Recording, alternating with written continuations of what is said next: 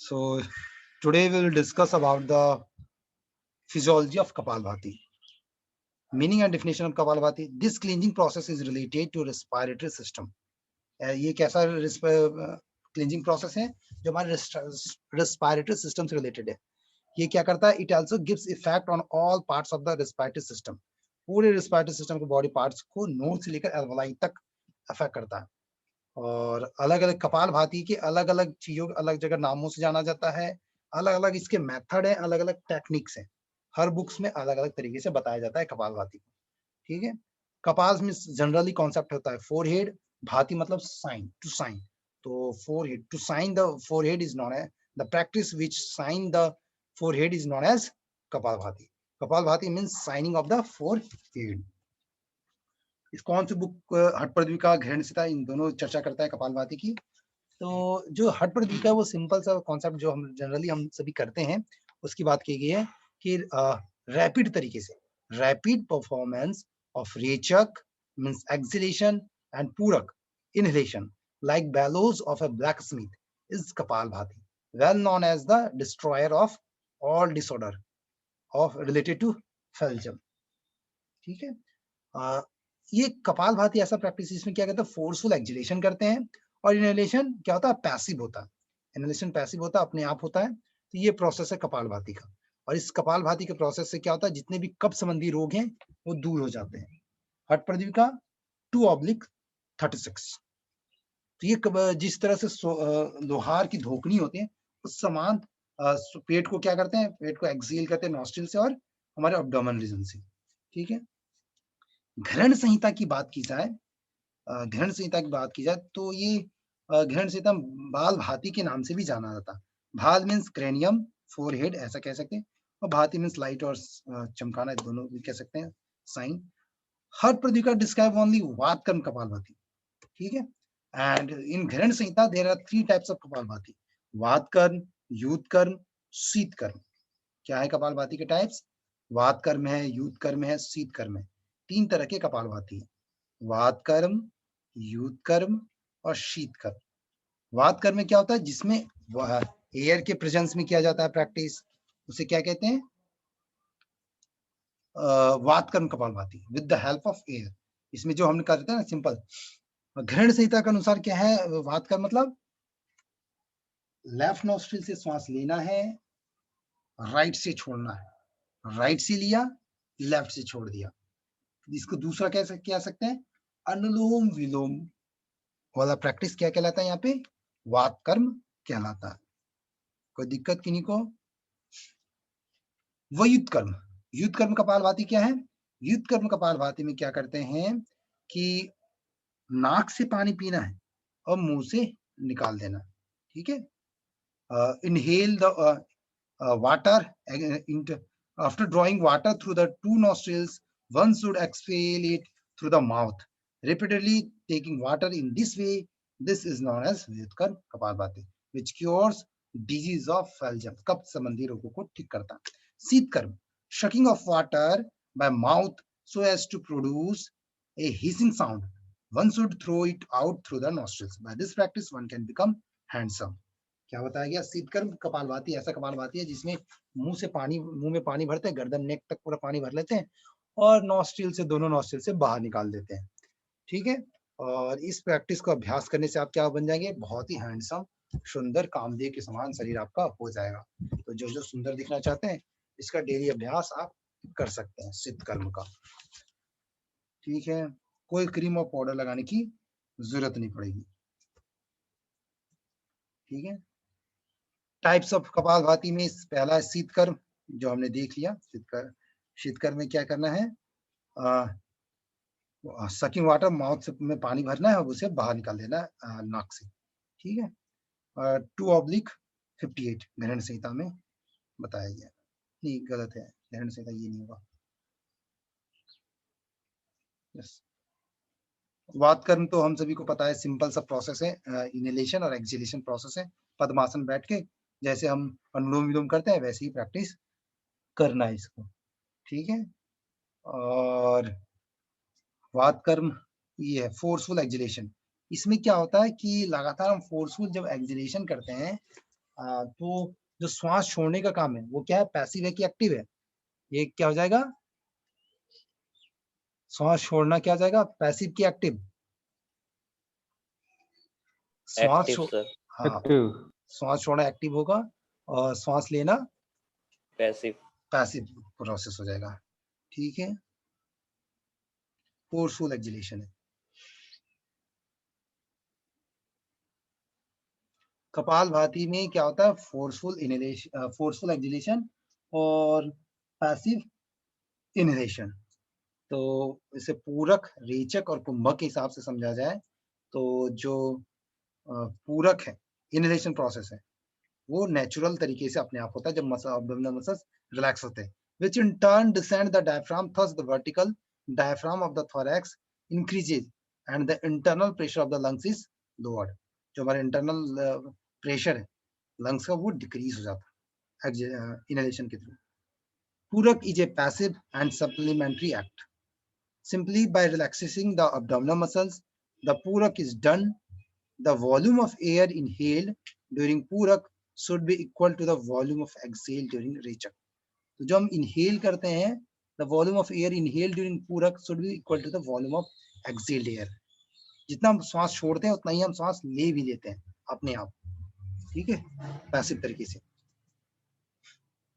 और इससे क्या होता है, कपालभाति से हमारा मिनट वेंटिलेशन बढ़ जाता है, कम समय में ज्यादा सांस लेते हैं। क्या कहा गया, regular practitioner can increase the duration of kapalbhati for 1 minute, carefully can do it for 3 rounds. 1 minute 3 rounds, taking few normal breathing in between each rounds. देखिए कपालभाति की जो अभ्यास करना चाहिए 1 सेकंड में 2 बार करना चाहिए, मतलब 1 मिनट में कितना हो गया 120। 1 मिनट में 120 स्ट्रोक का प्रैक्टिस हमें कपालभाति का कर लेना चाहिए। Abdominal stroke should be rhythmic and uniform. एकदम फिक्स, ये नहीं कि कभी फास्ट कभी तेज, एक साथ एक रिदम के साथ करना चाहिए। 100 स्ट्रोक किया, 200 स्ट्रोक किया, थोड़ी देर रेस्ट किया, फिर करना चाहिए, फिर करना चाहिए, फिर रुकना चाहिए, रेस्ट ले लेके करना चाहिए इसका practice. After practicing for 1 minute, end with smooth inhalation. Practice को समाप्त करने के बाद लंबा और गहरा सांस लेना चाहिए, फिर सांस को बाहर निकाल देना चाहिए, फिर मूल बंद, उड़ियान बंद, जानन बंद लगाने की कोशिश करना चाहिए। Initially, one can practice continuously for 1 minute. This can be split 2 to 3 times, and gradually the number of strokes can increase. इससे नंबर ऑफ स्ट्रोक हम बढ़ा सकते हैं। रेस्ट ले लेके करेंगे तो ज्यादा देर तक हम कर सकते हैं। Increasing the number of strokes is safer than the increasing the force of the strokes. Increasing the number of strokes is safer than the increasing the force of stroke. हमें क्या करना चाहिए, नंबर इंक्रीज करना चाहिए। बहुत ज्यादा forceful कर देंगे तो आपका कान का पर्दे को नुकसान हो सकता है, ठीक है।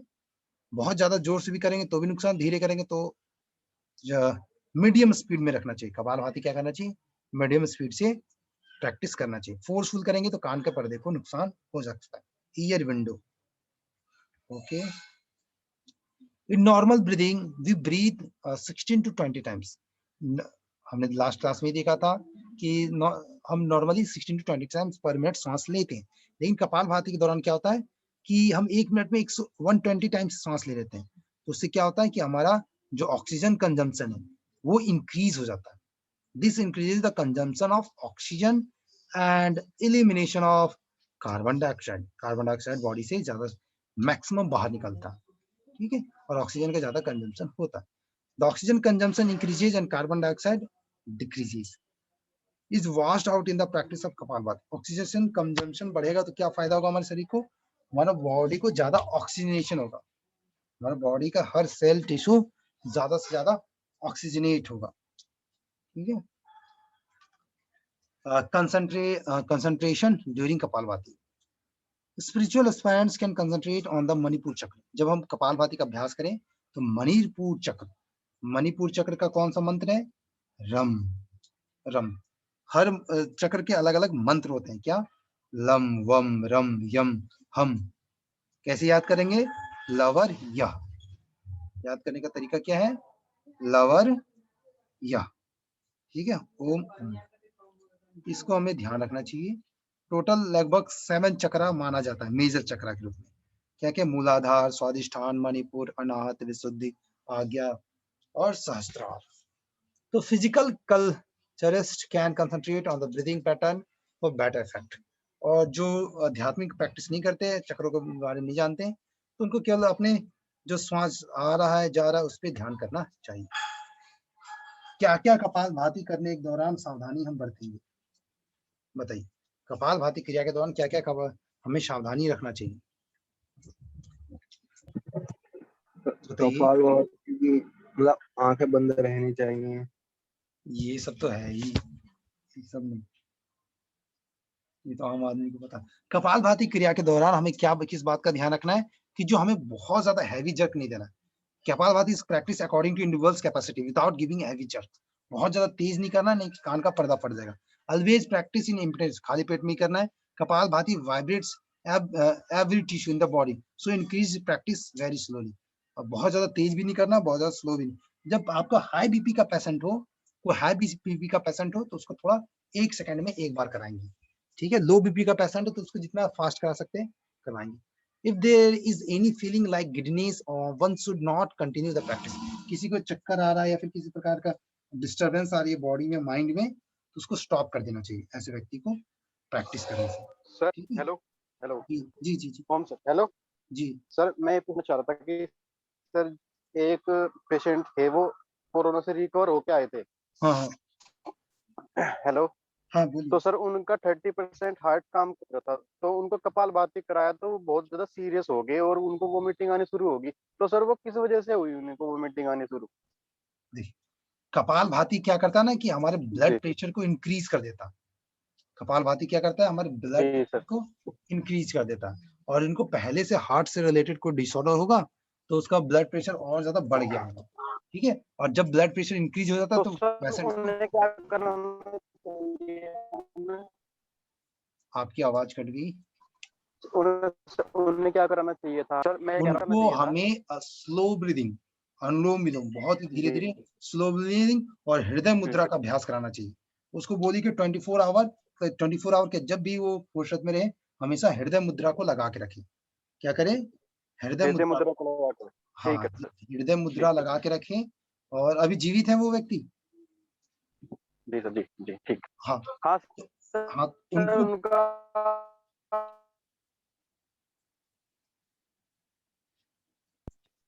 हेलो हाँ चली गई आवाज। हेलो। जी हाँ सर। बोलिए बोलिए दिव्यांश। सर क्या कह रहे थे, उनको क्या? उनको अभी और क्या क्या क्या दिक्कत आ रही है। सर उनको सांस प्रॉपर आ रहा है, लेकिन बस उनका जो उन्होंने चेकअप कराया था तो उनको हार्ट में मतलब ये प्रॉब्लम आई थी, तो उन्होंने अनुलोम विलोम कराया जैसे नॉर्मल करते हैं, तो उनको पानी आने लग गया वोमिटिंग वाला मतलब। नहीं, अनुलोम विलोम से तो नहीं आएगा। अनुलोम विलोम अगर धीरे धीरे करेंगे ना, वो कपाल कपालभाति से वगैरह। नुकसान हो सकता है। कपालभाति क्या करता है, ब्लड प्रेशर को इंक्रीज कर देता है, ठीक है। और जिनका जी तो सर। जिसे जिनका ब्लड प्रेशर इंक्रीज हो जाता है उनको वॉमिटिंग आने लगती है, ये सारी कंडीशन, जी डेजीनेस, ये चीजें आने लगती है, ठीक है। इसका हमें ध्यान रखना। ठीक है सर। ठीक। और क्या क्या ध्यान रखना है, किनको नहीं करवाना है। Take care that high force and friction of the air must not lead to an injury. इतना जोर से नहीं करना चाहिए कि हमारे नॉस्ट्रिल जो है वो म्यूकस मेम्ब्रेन खराब हो जाए। कुछ लोग करते हैं, आप लोग पार्क में देखेंगे तो बहुत तेज कर देते हो, तो इतना तेज नहीं करना है, ठीक है, जिससे म्यूकस मेम्ब्रेन हमारा डिस्टर्ब हो जाए। सर कपालभाति खाली पेट करते हैं? कपालभाति खाली पेट करते हैं। कपालभाति आपको खाली पेट ही करना है, ठीक है। कपालभाति खाली पेट कर सकते हैं। उज्जयी प्राणायाम आप कभी भी कर सकते हैं। भ्रामरी कभी भी कर सकते हैं। ओम चैंटिंग कभी भी कर सकते हैं, ठीक है। कपालभाति, भस्त्रिका, इस सब का प्रैक्टिस ज्यादातर खाली पेट में ही करना ज्यादा बेटर रहता है, ठीक है। ओके ठीक है।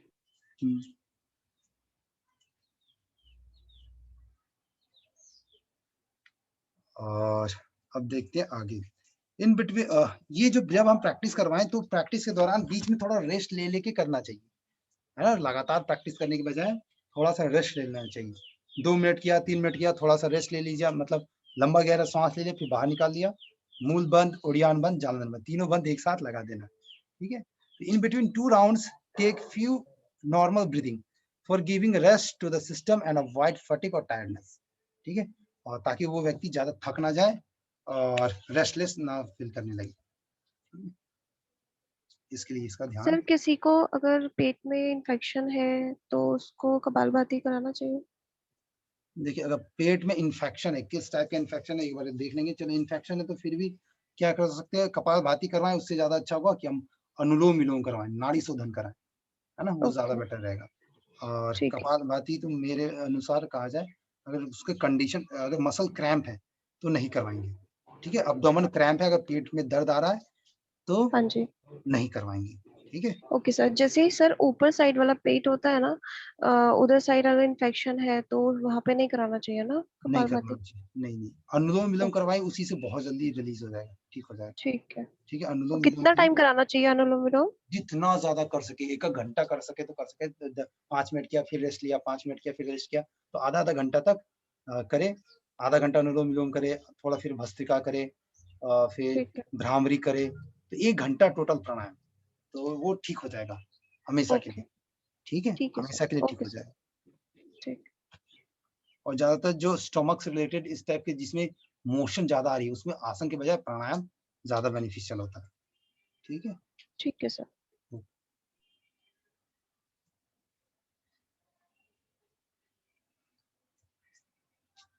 और the posture should be comfortable, spine erect, chest slightly expanded, eyes closed, hands on the knees।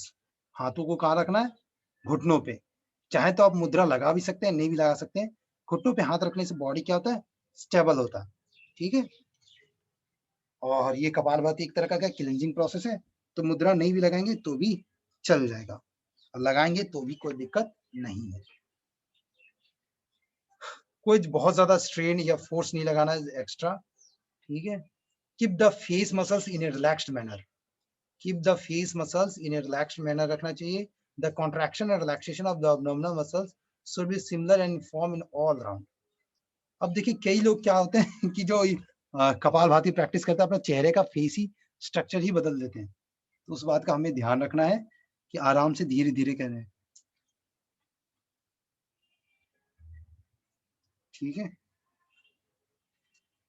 तो फेस मसल्स रिलैक्स होना चाहिए, ये नहीं कि इतना जोर जोर से किया कि नाक से म्यूकस बाहर आ गया, है ना। कई बार, एक बार मैं क्लास ले रहा था, एक सामने वाला बच्चा कर रहा था, स्टूडेंट था, उसके पूरे नाक से ही बाहर निकल गया था। इस चीज का हमें ध्यान रखना है कि नाक को साफ हो, ये भी प्रिकॉशन का ध्यान रखना है। The contraction and relaxation of abdominal muscle should be similar and inform, मतलब बहुत ज्यादा फास्ट नहीं, बहुत ज्यादा तेज नहीं, सिमिलर प्रोसेस से इनफॉर्म डायरेक्शन में, इनफॉर्म तरीके से होना चाहिए एब्डोमिनल मसल्स का कॉन्ट्रैक्शन और रिलैक्सेशन, ठीक है। क्या क्या फायदा है उसको देख लेते हैं। It gives good exercise and massage to all the internal organs. Chat में लिखना बंद करो। It gives good exercise and massage to all the internal organs of chest and abdomen. आपके पेट और चेस्ट के मसल्स को क्या करता है, अच्छे से मसाज करता है। By this action all the internal organs work smoothly, by this action all the internal organs work smoothly. जो हमारे इंटरनल ऑर्गन्स है वो बहुत स्मूथ वर्क करने लगना स्टार्ट कर देते हैं, उनकी जो ऑप्टिमम फंक्शनिंग है वो स्टार्ट हो जाता है, ऑप्टिमल फंक्शन होमोस्टेसिस को मेंटेन करने लगता है। It gives good exercise to the diaphragm, ठीक है। डायफ्राम को क्या करता है, प्रॉपर तरीके से एक्सरसाइज करवाता है, और पूरे रिस्पिरेटरी सिस्टम का एक सिस्टम को चैनलाइजेशन कर देता है, ठीक है। और बॉडी के एक्वाटाइजेशन ले आता है इक्विलिब्रियम की तरफ। लंग कैपेसिटी को इंक्रीज करता है, हमारे गैस एक्सचेंज की इफिशियंसी को बढ़ा देता है, लंग्स के गैस एक्सचेंज की इफिशियंसी को बढ़ा देता है। और ये प्रैक्टिस सबसे ज्यादा कब का फायदा है, जब आपको कोई कॉमन कोल्ड है, कफ है, राइनाइटिस है, या फेरेंजाइटिस है, फ्रंजाइटिस है, या फिर साइनोसाइटिस है, अस्थमा है, ब्रोंकाइटिस है, कोई भी बीमारी है, ठीक है, वो सब में फायदेमंद है। बस थोड़ा बहुत कुछ कुछ को ध्यान रखना है, ठीक है। जैसे हाई ब्लड प्रेशर है उसको नहीं कराना है, और जीआईटी से रिलेटेड बहुत बड़ा डिसऑर्डर ना हो। It gives good massage to the digestive organs, improve function of the digestion, absorption, peristaltic movement, इन सब में फायदेमंद है। तो बेनिफिशियल के लिए क्या कहते हैं, प्रिवेंशन के लिए कपालभाति जीआईटी से रिलेटेड डिसऑर्डर्स में कारगर और फायदेमंद है। कॉन्स्टिपेशन में फायदेमंद है, ठीक है। कॉन्स्टिपेशन में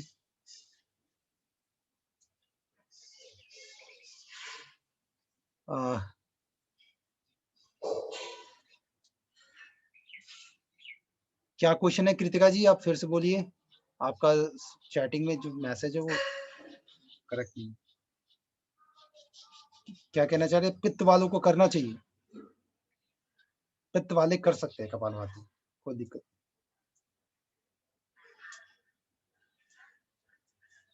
जी कर सकते हैं। Remedy in case of indigestion, indigestion के पेशेंट्स के लिए बहुत ही फायदेमंद है। गैस्ट्राइटिस, किसी को इन्फ्लेमेशन हुआ है, ठीक है, चाहे हाइपर एसिडिटी है, उन वो भी कर सकते हैं, ठीक है। ये इंडाइजेशन पित्त की वजह से हो सकती है, गैस्ट्राइटिस ये भी, इसमें भी पित्त बड़ा होता है। हाइपर एसिडिटी के पेशेंट्स भी ये कपालभाति का अभ्यास कर सकते हैं। कॉन्स्टिपेशन के पेशेंट भी कर सकते हैं, और जो इन्फेक्शन है वो भी कर सकते हैं, लेकिन उसमें क्रैम्प या पेन टाइप का स्टार्ट नहीं होना चाहिए, ठीक है।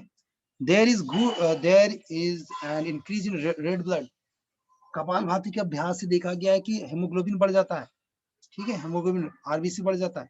इसानोफिल्स की काउंट जो है, इफेक्ट है वो, eosinophil in the blood as an effect of Kapalbhati kriya, eosinophils की काउंटिंग बढ़ जाती है कपालभाति के अभ्यास से। हमारा हार्ट रेट इंक्रीज होता है, ब्लड सर्कुलेशन बढ़ता है, हमारा हाई ऑक्सीजन जो higher concentration of oxygen stimulate all the cells in the whole body, greater activity level, जो हमारे बॉडी का अलग अलग एक्टिविटी लेवल है उसको भी इंक्रीज और स्टिमुलेट कर देता है। हमारा ऑक्सीजन कंसंट्रेशन को स्टिमुलेट करता है, concentration of oxygen stimulate of the cells, हर सेल का अलग अलग कंसंट्रेशन ऑक्सीजन लेवल है वो स्टिमुलेट हो जाता है। It can be used to the disease due to slow blood circulation, जितने भी जिसमें लो बीपी के पेशेंट हैं उससे रिलेटेड जितने भी डिसऑर्डर हैं उसमें बहुत फायदा करेगा। क्या है, जैसे वेरिकोज वेन्स है, इसमें कपालभाति बहुत ही फायदा करेगा। अगर व्यक्ति आधा घंटा तक करता है, 15-20 मिनट तक करता है, तो निश्चित मानिए वो ठीक होगा ही होगा। रेस्ट ले लेके करे अनुलोम विलोम और कपालभाति, तो जरूर फायदा होगा। हमारे मेटाबॉलिज्म को क्या करता है, मेटाबॉलिज्म को मेंटेन करता है, ठीक है, इक्विलिब्रियम में लेके आता है। More beneficial to the people having heavy body, बहुत ज्यादा जिनका बॉडी वेट है, ओबेसिटी है, उनके लिए कपालभाति बहुत फायदेमंद है, ठीक है। हमारे एक्स्ट्रा जो फैट मोमेंटम में थाइज में स्टोर्ड है उसको रिड्यूस कर देता है, ठीक है। और for better perfusion and filtration in the kidney, kidney की में फिल्ट्रेशन, किडनी से रिलेटेड कोई डिसऑर्डर है उसमें कपालभाति बहुत काम करेगा, कारगर रहेगा, ठीक है। 3 तरह से फिल्ट्रेशन होती है किडनी में, उन तीनों को भी इंक्रीज करता है उसकी कैपेसिटी। एंडोक्राइन सिस्टम को कैसे प्रोवाइड कर हेल्प करता है, एंडोक्राइन सिस्टम की बात की जाए तो जितने भी ग्लैंड्स हैं उसको स्टिमुलेट करता है और रेगुलेट करता है, और उसकी ऑप्टिमम फंक्शनिंग रखता है नॉर्मलाइज्ड कंडीशन में, ठीक है। हमारे सिंपैथेटिक नर्वस सिस्टम को इनिशियली स्टिमुलेट करता है। कपालभाति के देखिए, कपालभाति भस्त्रिका ऐसा कौन सा, ये दोनों प्रैक्टिस क्या है, फोर्सफुल प्रैक्टिस है, ठीक है, फोर्सफुल वॉलंटरी प्रैक्टिस है। इसलिए स्टार्टिंग में दोनों में सिंपैथेटिक नर्वस सिस्टम स्टिमुलेट होता है प्रैक्टिस के दौरान, लेकिन जब हम लगातार प्रैक्टिस करते हैं तो पैरासिम्पैथेटिक नर्वस सिस्टम भी बैलेंस हो जाता है, सिंपैथेटिक और पैरासिम्पैथेटिक नर्वस सिस्टम दोनों बैलेंस हो जाता है रेस्ट की कंडीशन में। स्टार्टिंग में जिनको डिप्रेशन का पेशेंट है उसके लिए कपालभाति रामबाण है, ठीक है। The brain cells are invigorated continuously during the practice of kapalbhati. तो जितने भी ब्रेन सेल्स हैं उसको भी प्रॉपर तरीके से, ये मैंने आप लोग को एक बुक भेजा हुआ है प्राणायाम, स्वामी शिवानंद जी का, ठीक है, उस बुक को पढ़िए, बहुत अच्छी किताब है। उसमें बहुत अच्छा बताया गया कि किस तरह से प्राणायाम से ब्रेन में ऑक्सीजन लेवल कैसे बढ़ता है, ठीक है, उसको बहुत ही सिस्टमेटिक तरीके से बताया गया। जब हम श्वास लेते हैं ना तो साइनस के थ्रू एयर अपवर्ड की तरफ भी जाता है, ठीक है, ब्रेन की तरफ भी जाता है, इसका भी ध्यान रखना है, फोरहेड की तरफ जाता है। बेनिफिट्स ऑफ नर्वस सिस्टम, ये क्या कहते हैं कि increase circulation of blood with higher oxygen concentration level cleanses and revitalize the function of the brain sales.